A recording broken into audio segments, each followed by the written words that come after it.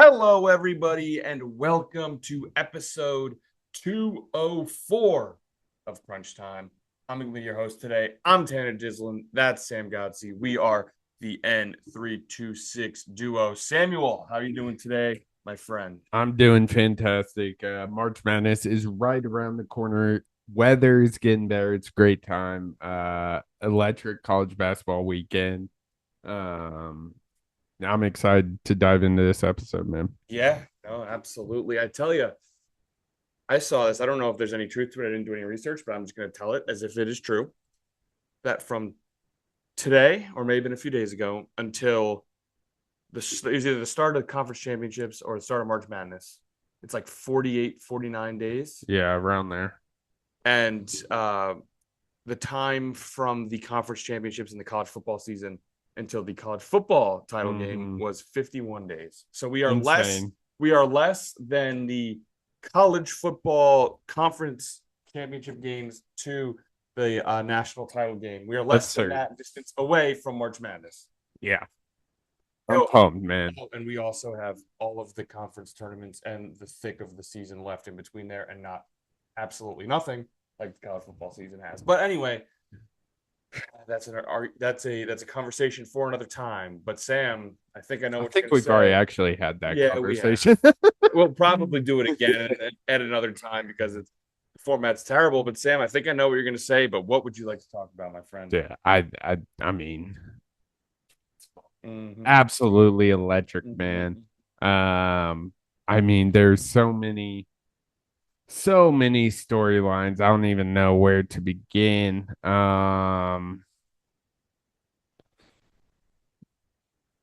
Where should we start? We should I think there are about four teams that fall under this category. Four, maybe even five that we could talk about probably for an episode each. Yeah. So let's just start.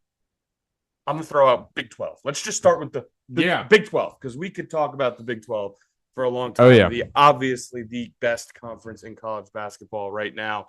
Um, Arizona. Yeah. What's going on with Tough. Arizona? Y- I believe it was the day of recording last week. yeah. Arizona. Where We recorded Arizona, on Arizona versus Kansas Kansas. at Yeah. at the Fog, Kansas. No Darren Peterson, which was announced Shocker. maybe 10 minutes before tip. Yeah. Took the wind out of our sails. I think a lot of Yeah. people, but you know whose wind it didn't take out the fans.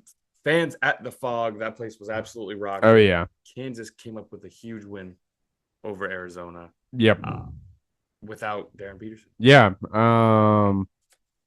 We'll kind of get into this later, but is well, I'll start here, man. I'm officially out on Darren Pearson. Done. Officially out. Just with him bailing on his team last minute, Bill Self covering it up, saying he's been sick. He doubled down, had a crazy press game after a game we'll talk about here in a little bit. I'm just so over it, man. I think there's a lot more players that are just as good that aren't getting enough love in college basketball right now. Um, that if I was a NBA GM, I'd consider taking him over Darren Pearson. So I'm completely out on Darren Pearson. I tell you, it's hard to be out on a player that good, but I'm about as out as you could be without officially being out because he's so fun to watch. He's so good. But at the same time, come on, man. Like this one really, really hurt. I know a lot of people kind of had was your like I don't care what the story is, you can't miss as many games as you have. Then the biggest game on your schedule, Yeah, 10 minutes before it, be like, yeah, I'm not playing. That just yeah, can't happen. That's a joke. Um, and have you been? He's also he also on top of that has done a lot of social media stuff. Have you yeah. seen his Twitter or I have been X seeing picture? his profile picture changes. He's changing profile pictures. He doesn't play. Then he comes back, plays against Iowa State, a game we'll talk about later. They just got absolutely ransacked. And after he changed his Twitter picture to this, Yeah, to Gladiator. Gladiator, are you Yeah. not entertained? No, we are not No. entertained. No. Correct. We are not entertained. You know what would make us entertained if you played? If you played, Load no. management in college basketball is absurd.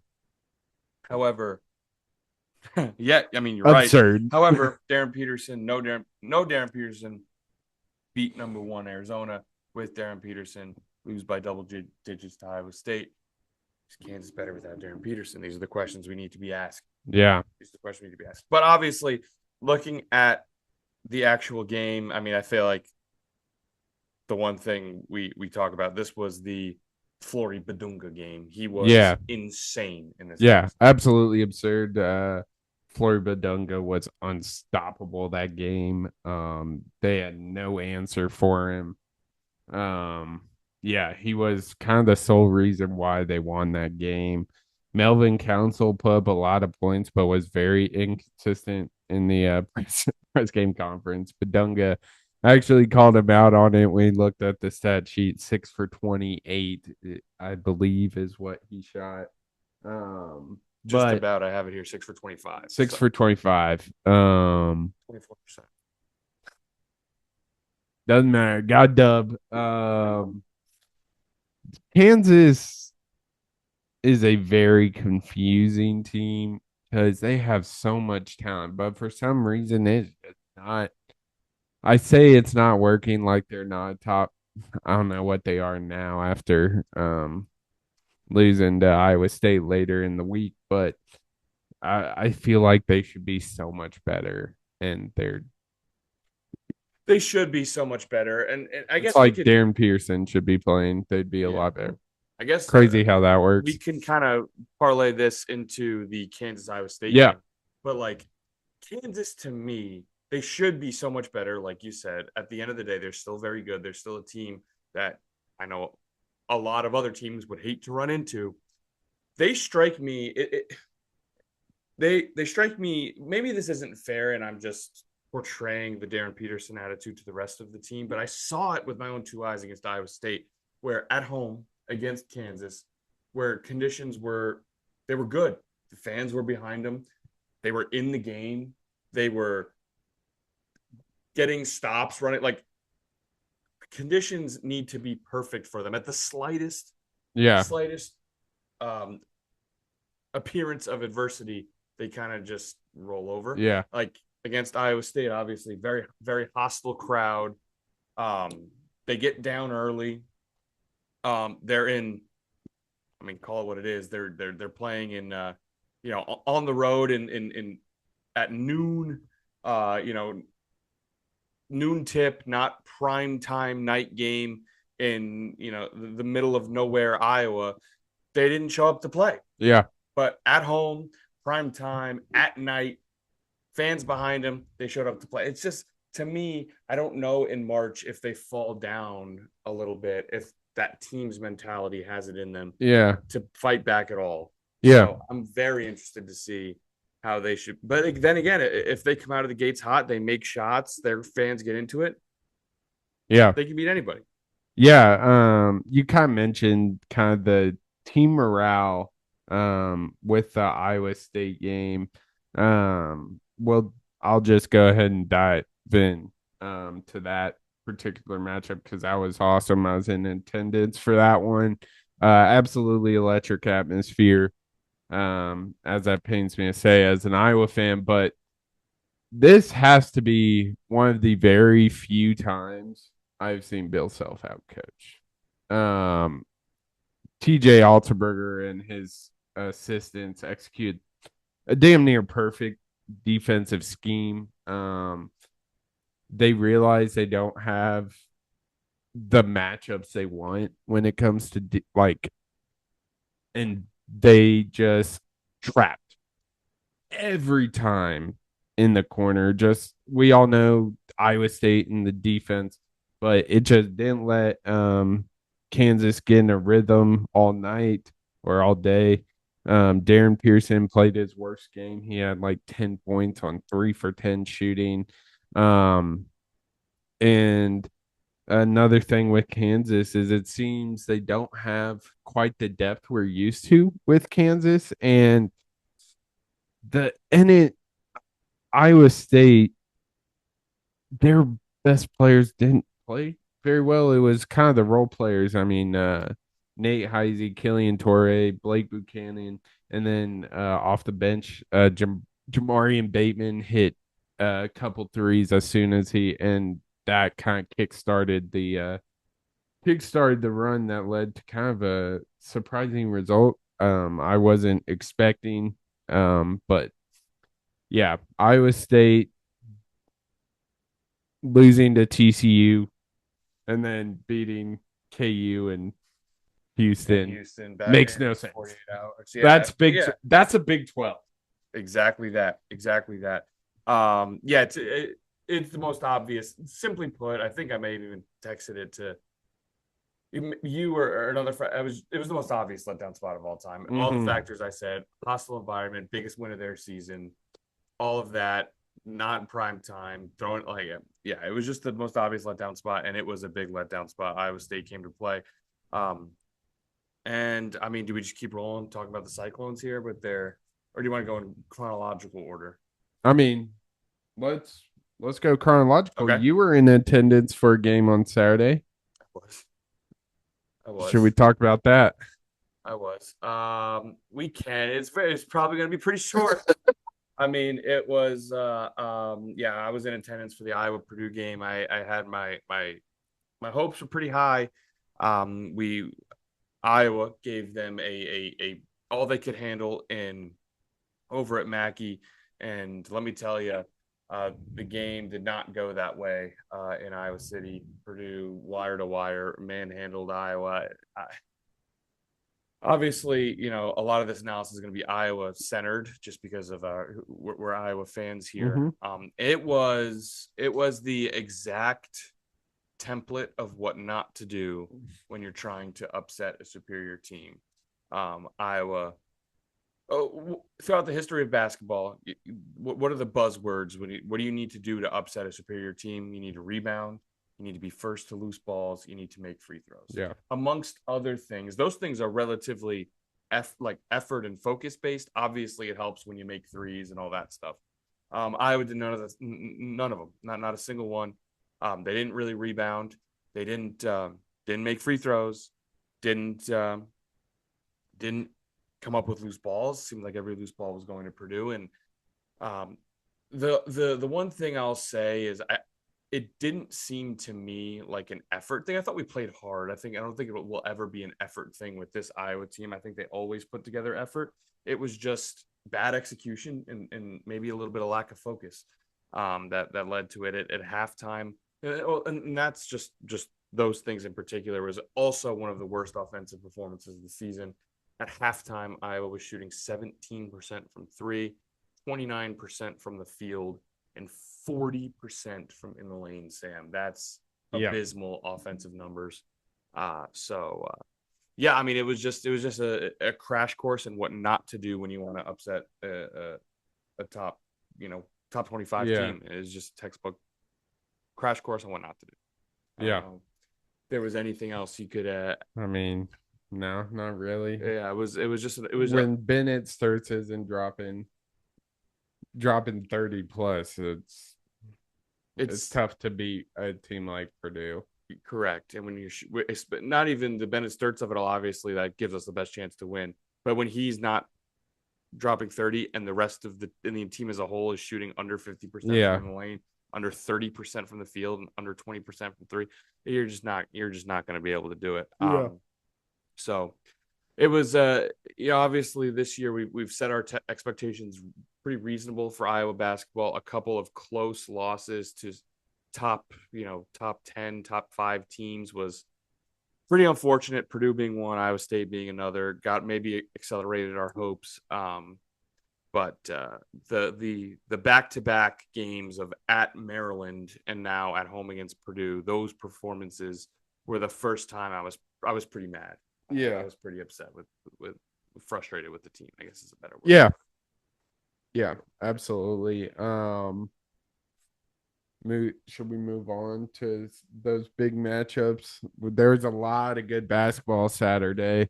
Um, Absolutely was. highlight, but honestly, one of the biggest highlights was a game that was a big time matchup in the Big East.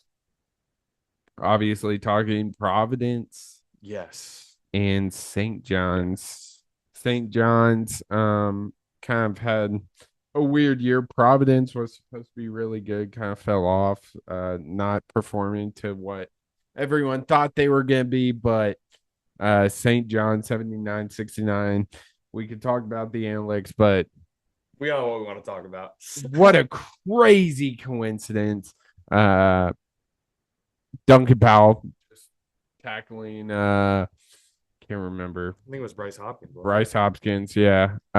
Former Friar. Yeah. Fryer last year, now on St. John's. It was dirty. What was dirtier? The foul or his haircut? Yeah. That's what I yeah. disgusting. His haircut is brutal. He's got this like half bald little, mainly He has a bald patch with a little on the back of his head. like It's ridiculous. back to where his like almost by his neck. Yeah. It's one of the uglier haircuts you'll ever see. Yeah. That play was dirty. Oh yeah. That play. The take was I am all for knocking someone who left your program. Quick side note though, I don't think they were ever on Providence together, but still They weren't. still I appreciate the like, hey, you were too good transferred from Georgia Tech. like you were too good for us. So I get that, and standing up for his teammates a little bit to knock him. I don't mind that, a hard foul, a good aggressive foul that lets the guy know that, hey, we're not going to roll over and die. Mm-hmm. That was too much. That was too much. He was midair. Did that weird little swipe for the ball, but also didn't really try for the ball. Just kind of tackled him. Mm-hmm. And then obviously mayhem ensued. Yeah. Yeah, it was kind of love seeing that though. A lot of people saying the Big East is back. It was just more dirty. I mean, but officially, we don't condone violence, but at the same time, that was awesome. Yeah. Oh yeah. Absolutely. Awesome. Absolutely. I want to get the ejection numbers, because there were actually two. There was another intentional foul on a Providence player later in the game. I think all in all, we may have had like 8 or 9 ejections. There we go. Is that true? But yeah, there was some bad blood, and the game was close for a majority of it. But in the end, obviously, St. John just had too much talent. With I think Bryce Hopkins was actually one of the ones ejected. Yeah. But at the end of the day, Zubia Jafor, all the players over at St. John's, just too much for Providence. Yep. But it was a pretty fun game to watch. It was obviously loud in Providence, and there was some bad blood. Oh yeah, 100%. Oh, I said 8. It was 6. Yeah, 6 or 6 in that scuffle, and then the one more player ejected later, so 7 total. Yeah, 7 total ejected. Insane. It's rare you get something like that in college basketball. So yeah, I ain't mad I was about half it. expecting the old Colin Sexton 4-on-5. There you go. Because too many people got ejected. Yep. Yeah, but that game was a fun atmosphere. Obviously, things got out of hand, but at the end of the day, St. John's is just too much. But I mean, we can go to the SEC maybe, with Kentucky and Florida taking, facing off over in Gainesville. Florida comes out victorious 92-83. Florida continues to just trend in the right direction, Sam. Yeah, it seems they're getting hot right at the right time. Xavier Lee seems to have found his footing now. If they can just get Boogie Fland going a little bit. This Florida team could make some noise come March. But yeah, big win. This Kentucky team has been confusing all year, and it seems that trend is just going to keep on going. Yeah, no, you're right. But yeah, on the Florida side of things, I think they are obviously at any given moment, Florida can beat anybody. They have that talent. Boogie Fland has not been what they thought they were getting in Boogie Fland. The team as a whole struggles shooting the ball. Yeah, Um, and I think they're just like the problem with them is I don't think anyone can see them putting together six back to back to yeah. back to back to back to back consistent performances from Florida. But they Mm-hmm. continue to play well. Obviously, in March, anything can happen. They have the talent to do it. But I think, yeah, with them, shooting is shooting is a little bit of an issue, and probably one of the main reasons for their inconsistent play. Over the course of the season, obviously, it turning towards the positive side of things in here recently. Um, but the game where college game day was, Sam, on Yeah, Saturday. We started the show with Arizona losing to Kansas. Sam, Arizona drops two in a row, this time at home to Texas Tech. Obviously, a very talented team, two of the best players in the conference play for Texas Tech. One of the best players in the country plays for Texas Tech. Texas Tech now has wins at home against Houston and at Arizona, and also a win against Duke earlier in the year. Three of the more impressive wins on the season, but they go in to Arizona, beat him 78-75 in overtime. This game was awesome, Sam. yeah, absolutely. Obviously, you kind of mentioned his name. JT Toppin was phenomenal. This one finished with 9 and 13.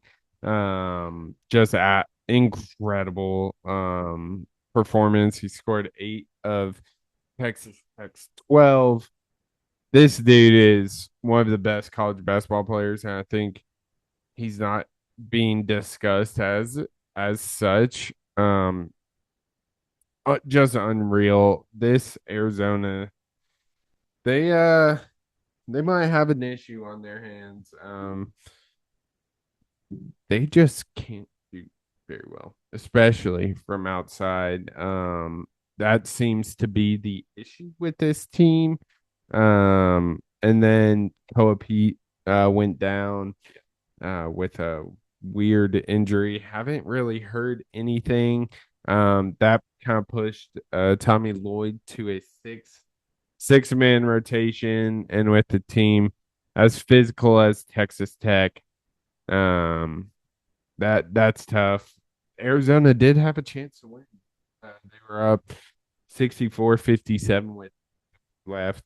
Texas Tech 9 Yeah. and capped off with Donovan Atwell's clutch corner three. And then He's hit a few of those yeah, this season. I think he hit two against the Houston in that game that were as clutch as it gets as well.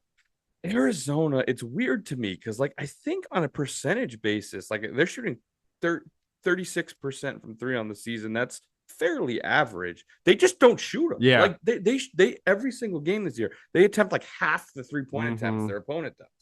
It's weird. It's weird. And obviously the concern for Arizona is the Koa Pete injury. Weird season from him. Obviously, overall, I'd say he's been a positive. First night of the year, he was like, "Whoa, this guy's one of the best players in the country." Hasn't quite maintained that level of play. But yeah, he's a starter. He's part. Like I Yeah. said, I their mean, 7-man rotation. that's 14 points gone if it's as serious as they're making Yep, it seem. 14 points a game gone. Limits your rotation. Obviously, it's just it's not good for Arizona if he's out if he's out for a while. And what did we say can't remember if it was last episode or 2 episodes ago, Sam, but we're gonna learn a lot about Arizona during the stretch, Yeah. and they are 0 for 2 since Yeah. that stretch has started. The stretch includes BYU next on the road, or excuse me, BYU next at home, Houston on the road, Baylor, Kansas at home, and then Iowa State at home. Yeah. So Yeah. Absolutely it's a brutal brutal bunch. stretch.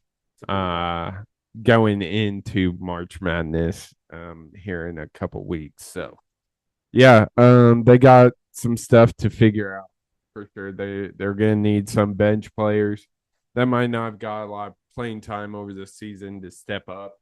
But yeah, it's a tough stretch. We'll see how it goes. But it doesn't get easier, like you said. So Yep. it's gonna be an interesting storyline down the stretch with this Arizona team. No doubt about it. And obviously, losing two this week, Arizona dropped to the 4 slot. Number one has been taken over by Michigan. Obviously, that lone loss to Wisconsin. They're currently in action as we record this against Purdue. We are early in the first half here. But I mean, later that Saturday, shout out your Razorbacks. Got a nice win over Auburn. Um, Darius, is that his name? Darius A Cup Darius A Cup dog added 31. 31. Another day, another dude. That's getting overlooked. It seems the talk of this upcoming draft class is a three-man race. I For the top, I think this draft class is one of the best ones we've seen in a while.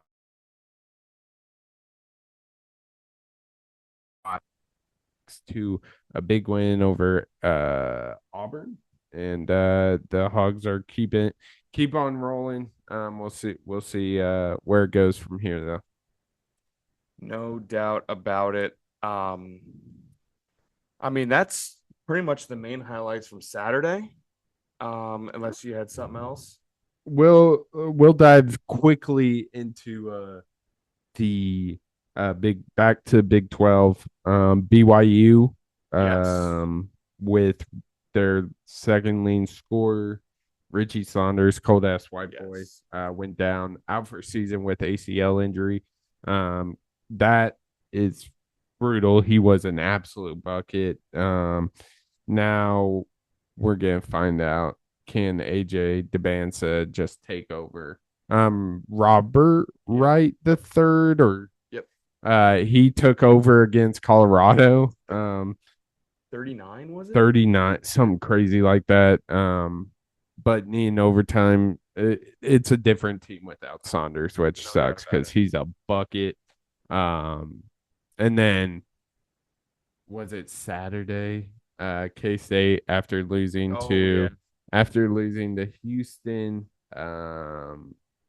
Jerome Tang, couple years after an Elite Eight run, is no longer a head coach.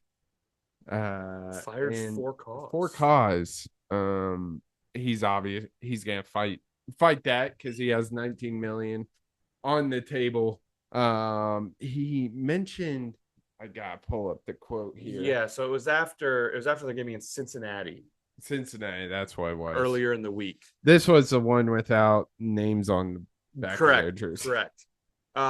You can if you could pull up the exact quote, but I know for a fact in there he said the words, "These players don't deserve to wear this jersey, and not many will be wearing it next Yeah, year." That's yeah, one of the more insane things I've ever heard in a press conference. yeah, yeah. Insane. Um, it I also like removing the names from the jersey. Obviously, I get what he was trying to do. yeah.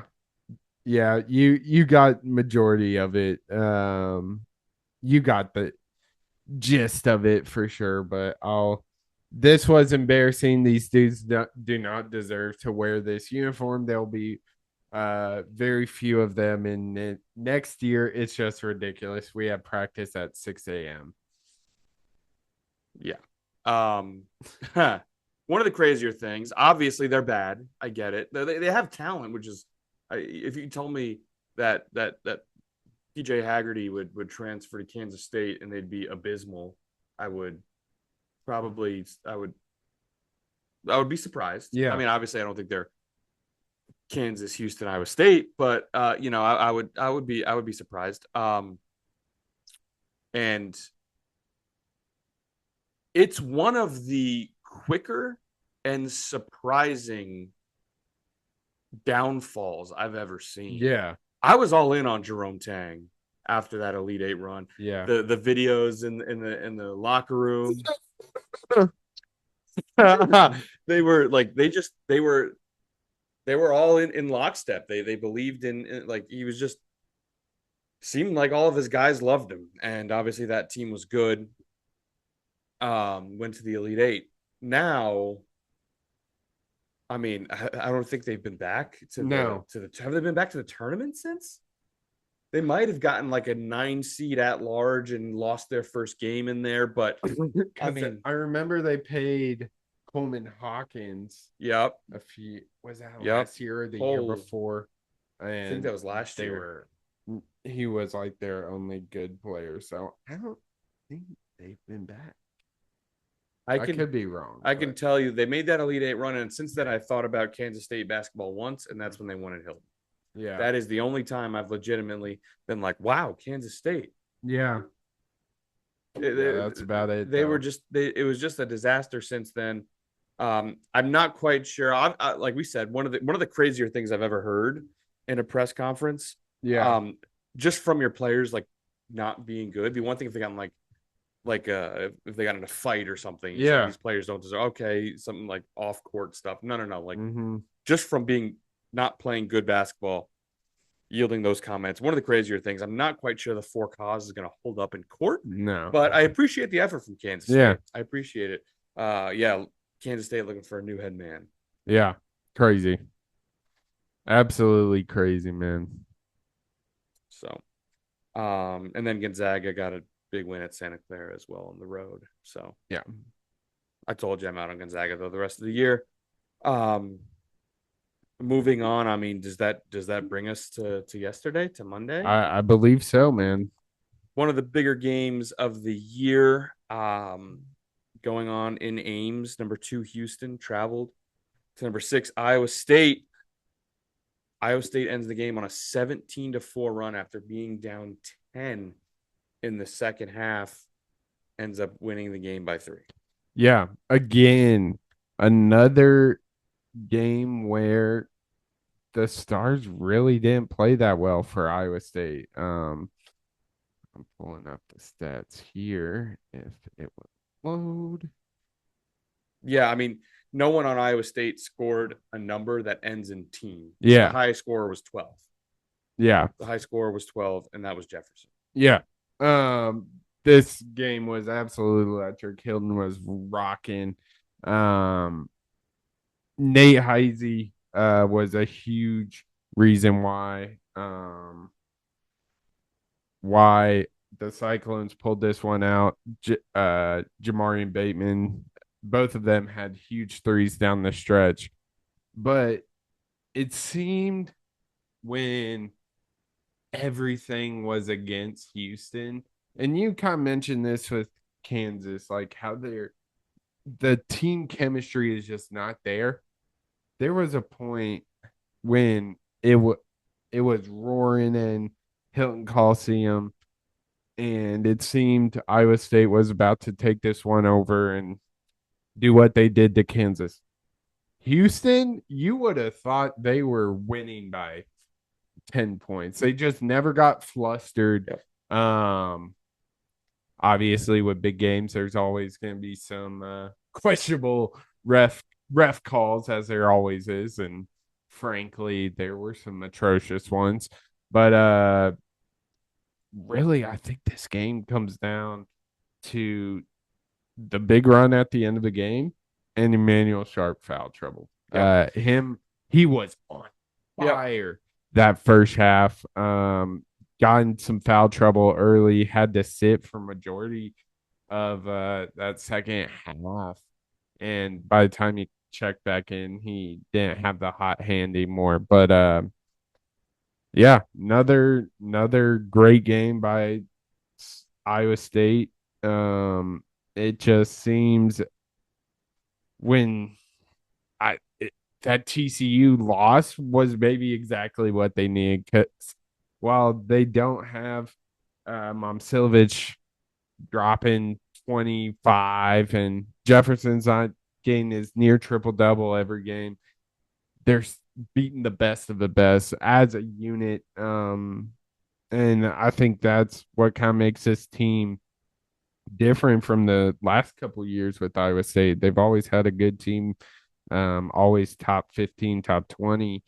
And they just, it's just a very weird situation. I don't even know how to describe it, but is I mean, yeah, it's just crazy. Kingston Flemings is that dog He's though. really good. Holy We were crap. I forgetting mean, Fleming. He and was he made really it good. look so effortless. I was in attendance for this one as well. And Ryan Hammer of the blue, I believe it's the Blue Blood podcast. I was actually standing next to him, and every time Kingston Flemings touched the ball, we were like, "Yeah, it's a bucket." And frankly, it was 9 times out of 10. Yeah. But I think he is another guy kind of in that Darius Acuff category where if I'm over Peterson's bullshit, am I starting to take a look at Kingston Flemings, Darius Acuff, those guys that aren't in that top three conversation, but are just as good. But the Iowa State Houston is always going to be a dogfight, and it was just another one yesterday night. Yeah. No, it was a tremendous basketball game. Iowa State did every single thing except for one, which is make free throws to win the game down the stretch. What is with I that? don't know. I They're don't know. like It is weird. bottom of the NCAA. It is weird. It's awful. It is I don't weird. get it. But they did everything from getting stops, rebounding the basketball, obviously clutch shot making. You mentioned that, and a result of one of their not so clutch missed free throws was Taman Lipsey, who is put on the line to apply immediate pressure to Houston's ball handlers. He is the smallest player on the court, gets an offensive rebound, Yeah. and seals the game that way. So it Iowa State did everything down the stretch to win the game, but we do need to talk about when the momentum swung. You mentioned Houston was up 8, and Lipsey went off a screen. The ball was deflected. It hit I think it was Tugler. He was on a hedge, deflected the ball. It hit the floor. He got it and passed it out. It was a fast break layup for Houston. That was called a kick ball. That was nowhere near a foot, and was a very bad missed call. Well, Iowa State inbounds the ball and immediately hits a 3, 5 point swing. Yeah. Like that, with 4 minutes left in the game. That was the start of the 17-4 run. And then the sharp foul trouble, retroactively giving him a 4th foul is crazy. Yeah. I don't like what they were just. Oh yeah, by the way, he now has a 4th foul because the refs just called this one. That's one of the craziest things I've ever seen. Yeah.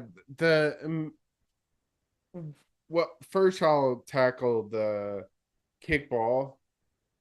It's a bang bang play.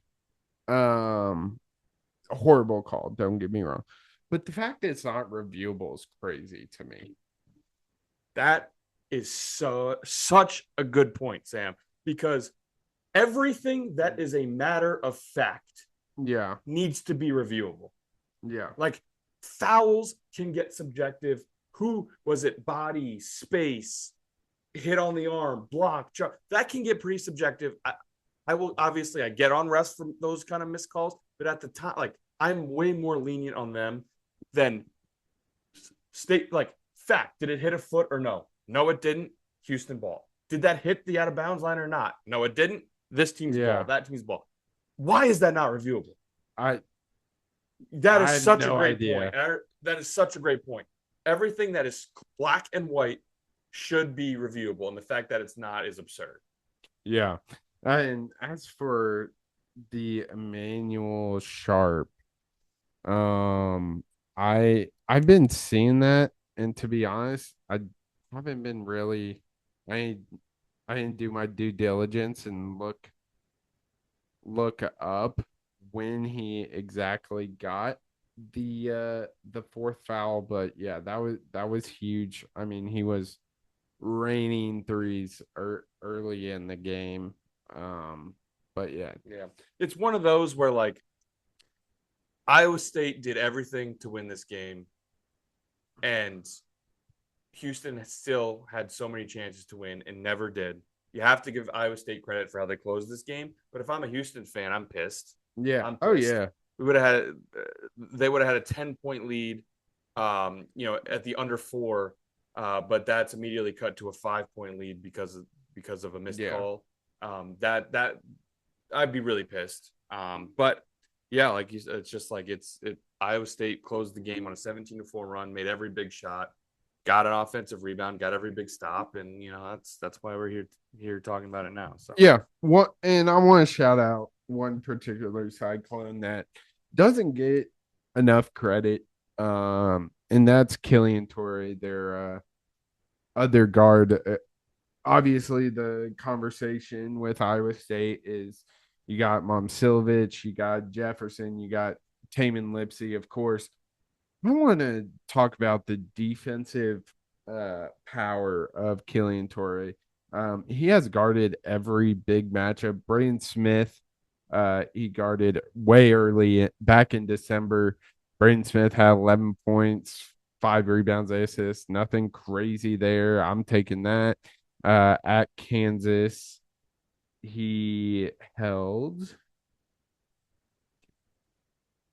Peterson to 16 points on 6 for 15. Obviously, guarded him at when they came to Kansas, he played terrible. And then Houston, yes, Kingston Flemings had 22, but he also guarded Emmanuel Sharp, and he didn't really shoot all that well. He was hot early, obviously, again, foul trouble, but want to shout him out because in today's day and age, a lot of focus on that offensive end. But Killian Torre, a big reason why the Cyclones and TJ's Altsberger's system is what it is. yeah, I mean because Torre and Lipsy is about as good of a defensive Yeah, backcourt as you're going to get, or as you're going to get, and that's part of what makes them so effective on defense is those two guarding 35 feet from the basket, getting deflections, yeah, just getting offenses out of sorts, and then they blitz pretty hard on ball screens and get deflections that way too. yeah, It's yeah, it's a very good defensive guard duo there, and it's exactly what you said. One of the main reasons why they've been so good defensively, and because yeah, they don't have like a Kingston Fleming, so they're like get us a bucket, go. yeah. Like we mentioned, their leading scorer had 12, and that's just because their defense is so good. Mm-hmm. They're deep, and obviously they hit big shots, like we said. So, yeah, that's that was uh, that was a huge win for Iowa State, like we mentioned. Them in Kansas just shortly after losing to TCU. One of the weirder Yeah, turnarounds, but that's the Big 12, man, and it'll yeah. be interesting to see. I wonder who Iowa State has next. BYU, BYU. I believe. I believe. I might be wrong on that, but they got another. They got some Yeah, they do. tough games down the Arizona game. stretch. Yep. Uh, have they played BYU? Even if it's not the next game, they still have to play I BYU. yeah. It might be their next game. I don't know.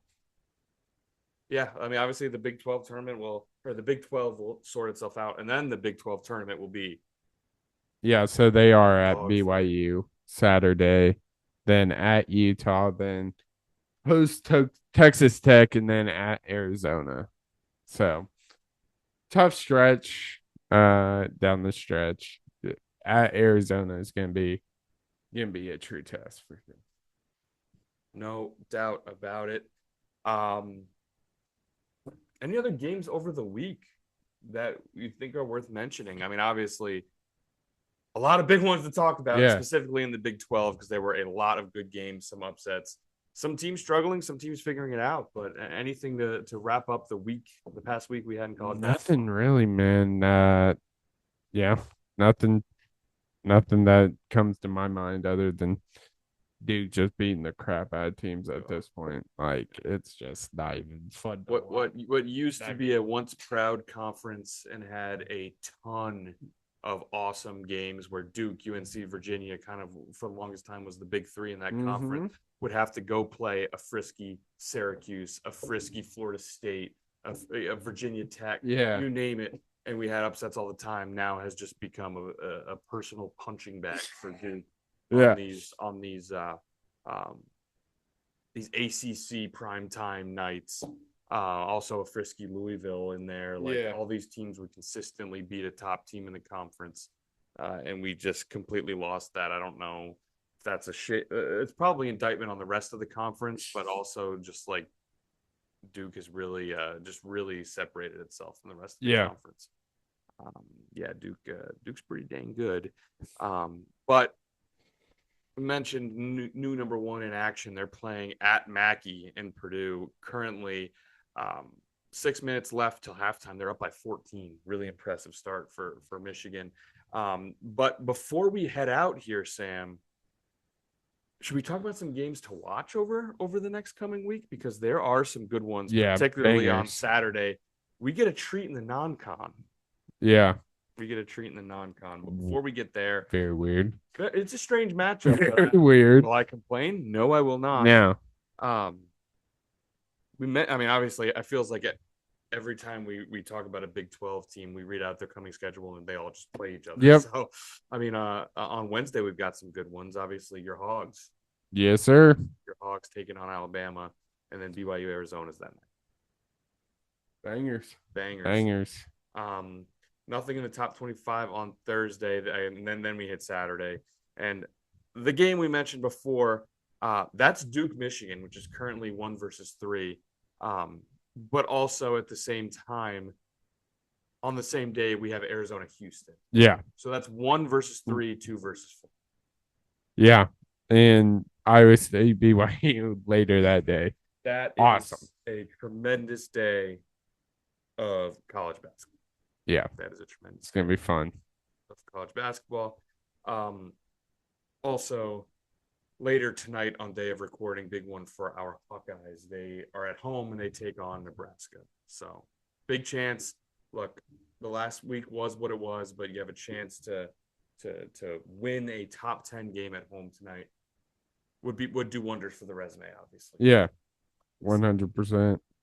I mean that's our piece on college basketball. I mean, is there the NBA All-Star Should we talk weekend about over under 15 and a half minutes the entire weekend you watched? give me 0. Guess what? 0? We have like 0 minutes. What cancel the dunk contest. In a shocking turn of events that no one saw coming, someone I have never heard of before won the dunk. Yeah. That league supposedly the All-Star games were good. Supposedly, from what I heard. They did like young USA, old USA, and then world. That's a fun idea. That's a fun yeah. idea. Was a young USA one? Is that right? I believe so. You're asking Thinking the it had wrong like guy. Kay Cunningham on it. Yeah, because I think Ant won Yeah. MVP. Dunk contest was an absolute joke. We had to do a rim grazer. Jackson Hayes. We had a dude almost die Jace Richardson. I had a dude that I'd never heard of call me a casual because that's exactly what I am. Um, I have a the fun game. the 3-point contest was won by Damian Lillard, who hasn't played this year. That was gonna be my Like, game what are here. we doing? The winner of a 3-point contest. Guess how many games they've played this year? A fat zero. The same exact amount of time Sam and I watched this All-Star Bad. break. That's just so indicative of the NBA.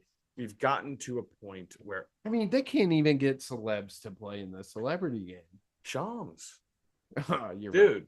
right. Taco Fall was playing, Jeremy Lin. Like what? Come on. And ESPN stop. They posted his stat line, and it was of course absurd because he's like 7'6". Um, he had like 21 and 20. Like no shit. Wow. Like professional basketball player played well against people I've never heard of. Not just any professional basketball player, 7'6" 1. Yeah. Also, I just have this question for you. There's no way to answer it just because if you asked every single player currently on an NBA roster, Yeah. check that. I'm going to amend it. Okay. If you could ask every starter, every player who is a starter for their team, would you rather score 0 points, shoot 0 for 10, and win the game, or score 40 points and lose? Obviously, 100% are going to say win because that's just what you're supposed to say. If we were able to somehow give them truth serum or hit them with a lie detector, 40 what percent would actually wants to win more than they want to just perform themselves? 15. And there's no way of knowing the answer. But a player showing up to the All-Star weekend, winning the 3-point contest, who has yet to play a game this year, is the perfect microcosm of what the NBA is. Yeah. It's become cool to not care. It's become cool players, like, I feel like a player's dream in the NBA is getting a do not play so they can show off their new fit walking in and be sitting on the sideline with their new fit on instead of just playing basketball. It's not even basketball. That's the worst part. It's I mean, we were like, it makes me wonder, like, if you didn't grow, like, we grew up in one of the best eras of NBA. The 2010s was elite. You had obviously the supervillains, the Miami Heat, Big Three, going up against the Pacers with Paul George, a young Paul George, Roy Hibbert, David West. Those games were awesome. Lance Stevenson, the Stevenson versus LeBron rivalry. You had the Bulls with D Rose. You had Heinrich, and then on the other side, you had a young Steph Curry and Klay Thompson, the Splash Bros era. You had Dirk Nowitzki. You had Dirk and Jason Kidd. You had young Kawhi and the vets of San Antonio, and then you had the grit and grind. Obviously, I got to throw them in there. Then you also had the Carmelo and Stoudemire Knicks that made some noise a couple years. Like, not to mention the Celtics and the end of their Big Three era. Like, it's just the coming off of the Kobe, like the Kobe back-to-back years with the Kobe, Pau Gasol, Andrew Bynum, Trevor Ariza Lakers, and then you get into the Rockets with the James Harden, early James Harden Rockets before he with Dwight Howard somehow, and then Chris Paul gets in that mix, and then Lob City and the Lob City, it was just so fun to watch NBA basketball and playoff games when they said we need to lace up our shoes and win this basketball game. You had games in the 80s and 90s finishing like Yeah. point wise, not year wise, like Yeah. Yeah. finishing Yeah. in the Yeah. 80s and 90s, like because at the end of the day, they said we need to play defense. There's And nothing better than seeing an old clip, and it's like the Knicks beat the Hornets 75-62. literally, man, like that's basketball. Yeah. That's basketball. What's not basketball is 142 to 135. I Mhm. don't know. I call us old heads, call us whatever you want, but at the end of the day, it's not the basketball we grew up watching. It's not the NBA I grew up watching. Like that Knicks team is one of the most fun I've ever had watching basketball with that. I mean, Steve Novak lighting up threes, Landry Mhm. Fields, obviously Mello and the Linsanity stuff. It was just I don't know. It was just so fun to watch. Yeah. It's just not anymore. No, it's not at all. It's just not anymore. So that's our NBA All Star Weekend talk. Last thing. Unless there's Last thing. more. Yeah. Is a KD burner real? Oh, that's awesome. We gotta talk. We do. I'm saying it's BS You don't think he did it? because he talks shit on his regular Yeah, one. he does. He And does. hasn't he already gotten caught with the burner? I'm sure. I'm sure. I just If I kind of hope it is though, because it is very funny. it's hilarious to think that one of the best in the world is just a guy Not only best in the world, probably one of the best ever to play. one of the best scorers ever to play, multi-time NBA Finals champion. Whether you count them or not is your prerogative, but multi-time NBA champion. He is probably what $40 million mansion, and he's just on his phone at 1 a.m. So funny. just scrolling Twitter and talking crap about his teammates. But yeah, I mean that's just another example. Whether it's true, I mean, didn't Anthony Edwards like go live from a burner recently? And it's like players are so concerned with their standing within the league that they will. I mean, other sports may have burners. I don't want to discount, but like in the NBA, it's just like players are so concerned with their standing and their ability to talk smack to their teammates about how bad their teammates are than just like not doing that and figuring it out. Like, Yeah. how many the demanding a trade?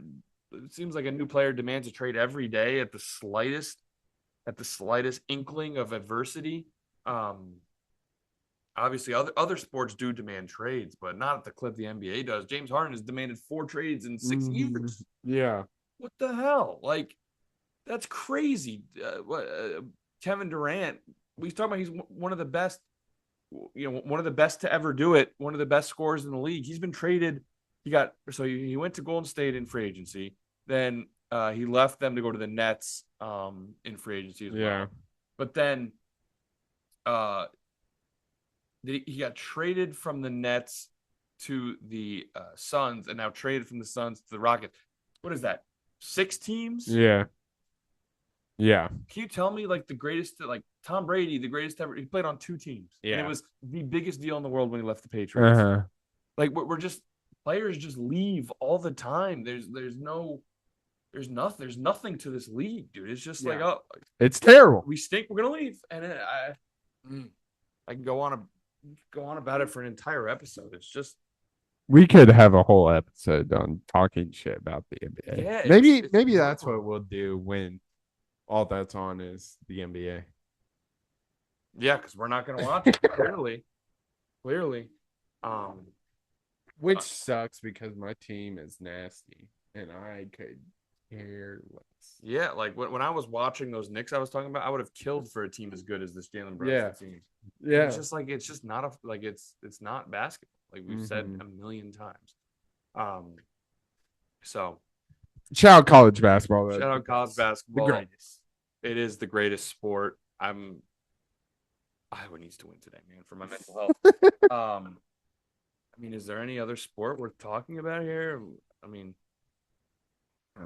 college baseball started up. College baseball started up. A kid was from. Let me pull up this. He had an insane. Was he the guy who had 2 grand slams? Put some respect on 3 grand slams. 3 grand slams. Hand up. Hand up. Yeah. Absolutely That's a insane. pretty good day, if you Yeah, ask me. decent, decent. But yeah, college baseball College underway. baseball started, pitchers and Um, catchers. And pitchers, I guess and catchers. full teams actually earlier this week reported. So we're There we go. officially World Baseball Classic starts in a couple weeks, early March. Uh, USA team is nasty. I don't know if you've seen the roster. I haven't. The pitching staff is Tarek Skubal, Paul Skeens are the 1-2 in the pitching staff. Um, the shortstop, the best players are Aaron Judge is the captain in right field. Bobby Witt Jr. is playing shortstop. Cal Raleigh's playing catcher. Bryce Harper at first. Kyle Schwarber at DH. Um, this team is absolutely Yeah, loaded, dude. yeah. This team is absolutely loaded, so it's gonna be a fun watch. Obviously, When's that start? I believe March 5th. March 5th. So coming up here, I also obviously when you're talking about the World Baseball Classic, Japan, Republic are also really Yeah, good. But this is the best roster USA has fielded it ever. So yeah. so it should be pretty fun. Uh, with that, That's all I got. I think that's all I got too. So that's gonna wrap it up for episode 204 of Crunch Time. Obviously, 95% of this episode was on college basketball, our savior this winter, because it is the best sport around. This week was a particularly awesome week. This season, it's been a particularly awesome Yeah. season thus far.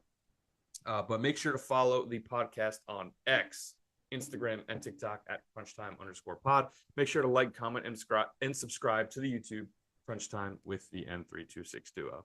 But the clock has run out on this episode, and we'll see you in the next one on Crunch Time.